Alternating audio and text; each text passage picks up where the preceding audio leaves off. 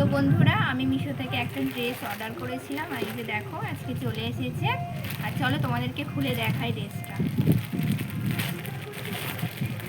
তো দেখে তো মনে হচ্ছে ভালোই এসেছে, তো দেখি খুলে।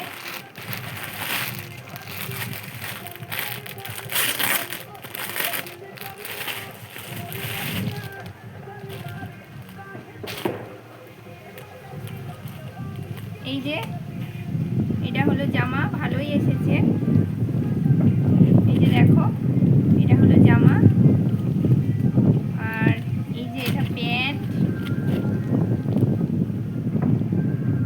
এখানে এটা ওড়না।